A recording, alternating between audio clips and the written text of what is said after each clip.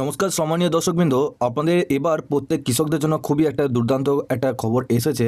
আপনাদের মধ্যে যাদের কৃষক ভাতা আটকে গেছে বা কৃষকের বন্ধ হয়ে গেছে, সেই সমস্ত কৃষক ভাতা কিন্তু এবার 24 ঘন্টার মধ্যে চালু হবে। তো এই নিয়ে আপনাদের একটি গুরুত্বপূর্ণ আপডেট এসেছে।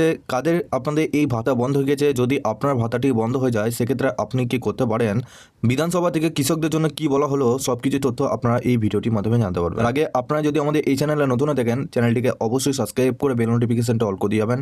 আমরা যখনই নতুন কিছু আপডেট দেবো আপনারা ওই নোটিফিকেশন বেলের মাধ্যমে আমাদের সমস্ত রকম খবর সবার আগে পেয়ে যাবেন।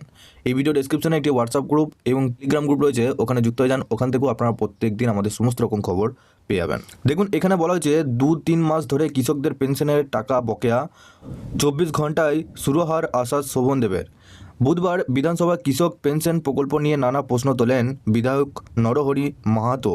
নরহরি দাবি, পুরুলিয়ার অনেক কৃষকের অ্যাকাউন্টে গত 2-3 মাস যাবৎ পেনশনের টাকা ঢুকছে না। রাজ্য সরকারের কাছে অভিযোগ জানালে 24 ঘন্টার মধ্যে কৃষকদের অ্যাকাউন্টে ঢুকবে বকেয়া পেনশনের টাকা। বিধানসভায় এমনটাই জানালেন রাজ্যের কৃষিমন্ত্রী শোভনদেব চট্টোপাধ্যায়।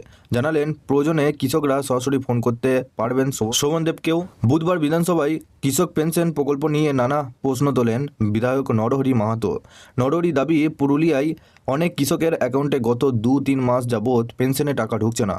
এই প্রশ্নের উত্তর শোভন জানান, পুরুলিয়া জেলায় মোট কৃষি পেনশন প্রাপকের সংখ্যা 4,302 জন। ওই 1,004 কৃষকের মধ্যে যারা টাকা পাননি তারা সেই বিষয়ে অভিযোগ জানালে 24 ঘন্টার মধ্যে ব্যবস্থা নেওয়া হবে, এমনটাই আশ্বাস দিয়েছেন কৃষিমন্ত্রী।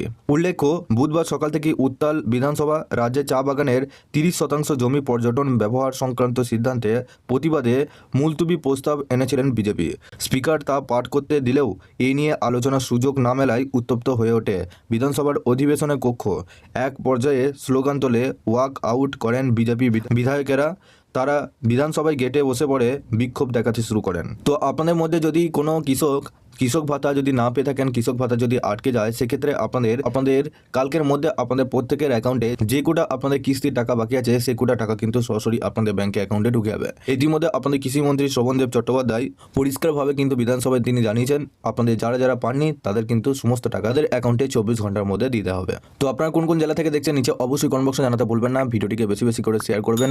তার আগে আপনারা অবশ্যই চ্যানেলটিকে সাবস্ক্রাইব করে বেল নোটিফিকেশনটা অবশ্যই অল করে দিয়ে যাবেন। আমরা যখনই নতুন কিছু আপডেট দেবো আপনারা ওই নোটিফিকেশন বেলের মাধ্যমে আমাদের সমস্ত রকম খবর সবার আগে পেয়ে যাবেন।